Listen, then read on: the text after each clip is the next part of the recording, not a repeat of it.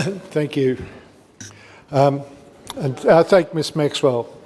At a time when public trust in politics is at an all-time low and the public claims lack of integrity in political and bureaucratic processes, if Victoria is to get serious about regulating the undue influence of money in government, we must strengthen our laws to deliver more transparency and reform our political donations practices. I've raised this matter before in the House. There is a perception of corruption from donations by certain industries, sectors of our economy who donate to certain parties, yet who also rely on the issuing of government permits from those parties. It is highly problematic for public trust. Powerful industries can corrupt our democracy. Both Victoria and Australia are lagging behind almost all the other advanced democracies when it comes to regulating corporate influence. It's not unrealistic to conclude that a politician or party would not want to upset an industry that's funding its election campaign. As well as favourable treatment, these donations buy big corporations access to politicians that ordinary people would never get. Left unchecked, this cycle will get worse. We need strong protection and uniform laws to protect us from harmful practices. The High Court has described this as offering quid pro quo corruption, a subtle kind of corruption where politicians decide issues not according to the public interest or the wishes of their constituents, but according to the wishes of the donor. The Grattan Institute has highlighted the need to know more about who donates to our political parties. According to the AEC, in 2021, the two major parties declared income totalling more than $150 million, but declared donations make up only 9% of this. This must raise the alarm bells. What happened to the other 91% of donations? That's over $136 million unaccounted for. Yes, this is federal, but the same thing happens in Victoria. In Victoria, most political parties' incomes are undeclared. They fall into the messy bucket called other receipts. These include money contributed through fundraising functions, money paid by individuals and corporations, clearly intended to support the party. Tickets to fundraising dinners and memberships are not counted as donations under our weak electoral laws, even though they serve exactly the same function as a direct contribution to a party. According to calculations done by the Centre for Public Integrity, our political parties have received $4.5 billion since 1999. This includes $1.38 billion with no apparent source, so that each of the major parties end up receiving hundreds of millions of dollars in unexplained wealth. On a federal level, in 2017, Woodside Energy appeared before a parliamentary committee and gave the Australian public a glimpse into what a corporate membership to either the Liberal or Labor Party buys them. This sort of corporate membership is worth some $110,000. It gives the purchaser access to briefings, including forums, dinners with the Prime Minister, tickets to drinks, briefings on the federal budget and more. Now, I ask, does anyone think that such corporate membership should continue to be excluded from transparent reporting? In today's motion, I address an issue of great concern to Victorians, the issue of undisclosed donations. How can we have a transparent and accountable system where so much party income is from unexplained origins? In Victoria, our current donations definitions are far too narrow and create loopholes. We need definitions of donations or gifts which include party fundraisers, subscriptions, membership fees and corporate sponsorship. As noted in my motion, the following donations are not categorised as gifts. A. Donations made through attendances at party fundraisers. B. Annual subscriptions to political parties registered in Victoria. Some expensive subscriptions out there, I'll say. C, annual levies to political parties registered in Victoria.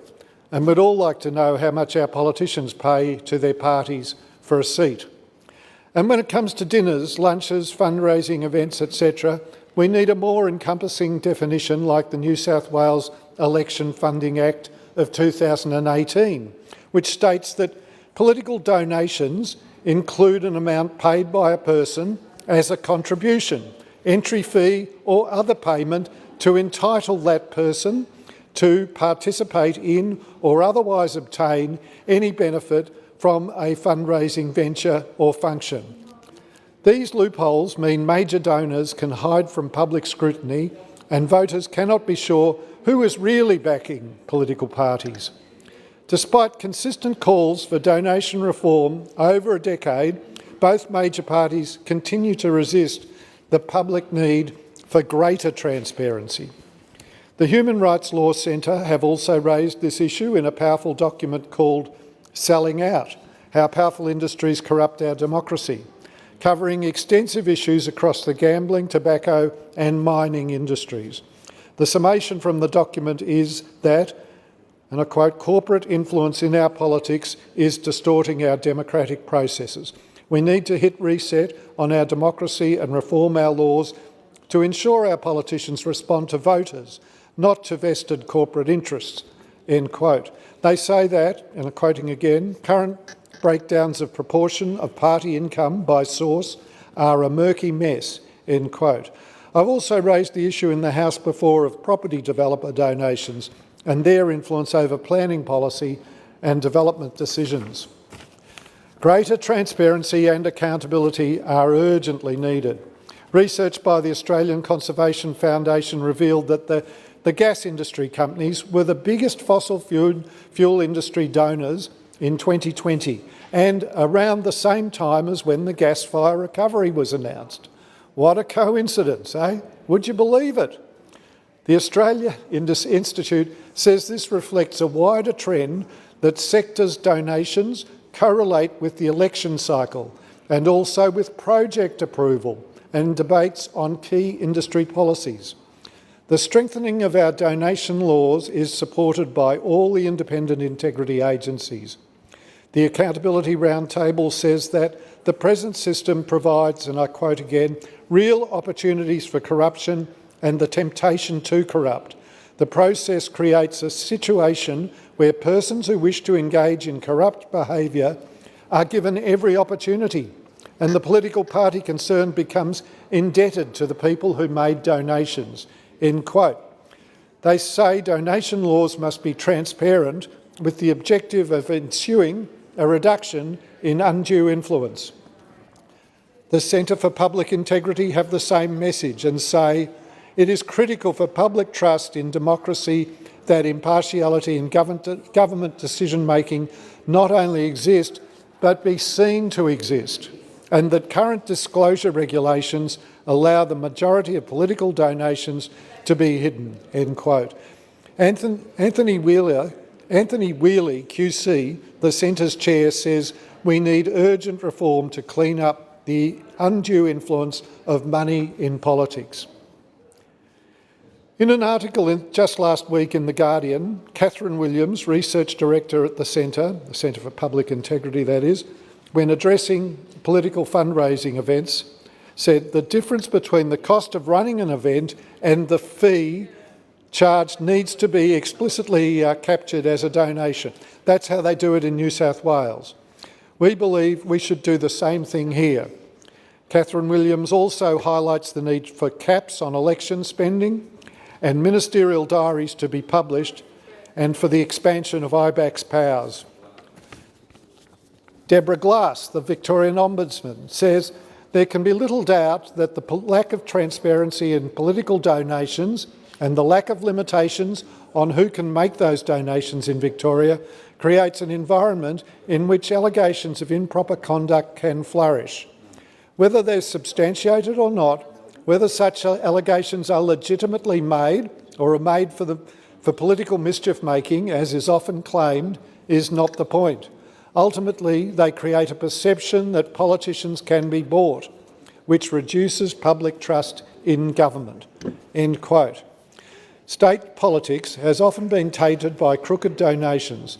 Just last month, the Independent Commission Against Corruption made findings of corruption against people, including former New South Wales Labor MP Ernest Wong, over attempts to conceal a $100,000 donation from a Chinese billionaire, apparently left behind in a shopping bag in party headquarters by accident. There's evidence here in Victoria of hidden donations. In 2020, the Victorian Liberal Party's fundraising arm allegedly diverted hundreds of thousands of dollars worth of contributions into a federal campaign fund in what looked like an attempt to sidestep more strict local disclosure rules. This is a well-known backdoor method for hiding large undisclosed donations, making them through the federal arm of any party organisation. And IBAC was told during hearings into the Casey Land scandal how John Woodman, the allegedly corrupt property developer, avoided publicly disclosing his $70,000 contribution to Enterprise Victoria in 2019 by splitting the payments into $10,000 lots and donating them from multiple different companies. Enterprise Victoria's former executive director, Amy Sullivan, said splitting of contributions in this way was not uncommon. Victorian MPs have also been identified attending fundraisers where funds have been allegedly raised to enable branch stacking. Is it okay for high-profile identities to grow their power base using their publicly elected roles to host fundraisers which raise cash, which is then used to help them gain control over pre-selection and internal party processes? It may not be deliberate, but it does demonstrate how MPs can be, maybe unwittingly, caught up in events that raise money for unethical purposes. Self-confessed branch stacker turned whistleblower Anthony Burns says it was common knowledge amongst attendees that dinners held by Labor groups were used to gain cash for paying for other members' subscription fees. Regardless of what IBAC's recommendations are in the coming weeks, it's obvious to Blind Freddy that our weak laws don't curtail these type of activities. The sums of money involved are not small change. They are more than sufficient to buy influence and create incentives for politicians to reward donors. They encourage a sense of expectation for donors, including substantial corporations. It is the anticipation of a profitable result from government that drives corporate giving to politicians. Many speak about the system in Canada and how we should use it as a benchmark. In Canada, only people on the electoral roll can donate, and only to a maximum of 1,675 Canadian dollars per year. And that is aggregated to all parties, constituency associations and independent candidates. This ensures that citizens are central to the electoral process and prevents corporations from dominating political debate during election campaigns. Now, that would really be something if we could achieve something like that. They also have caps on campaign expenditure. Now, you could say Canada's lower level of public funding does not seem to have harmed Canadian democracy. Indeed, the reforms have decentralised fundraising and hence control of political parties, something that Victoria's rank and file branch party members should welcome. And it seems that this is what the voters want. In South Australia, the new leader, Peter Malinauskas, said in a pre-election promise that he'd ban all political donations. He also said this is the single biggest thing we can do to restore public trust in our democracy. It seems that their voters agree. Political parties are private entities in the centre of public realm of democracy. They occupy a pivotal position in our political system and should be obliged to greater levels of transparency about their sources of income. As we head towards election 2020, we must ask ourselves what kind of democracy we want. One that can be bought by those with the deepest pockets, or one where Through appropriate regulation, equality of participation is protected. The barrier to reform is not the lack of solutions or even the lack of community support, but lack of state leadership and political will. Community support for donation reform is high. Elaine from Warrnambool sums up the current situation well, and I quote, "What will it take for the major parties to act?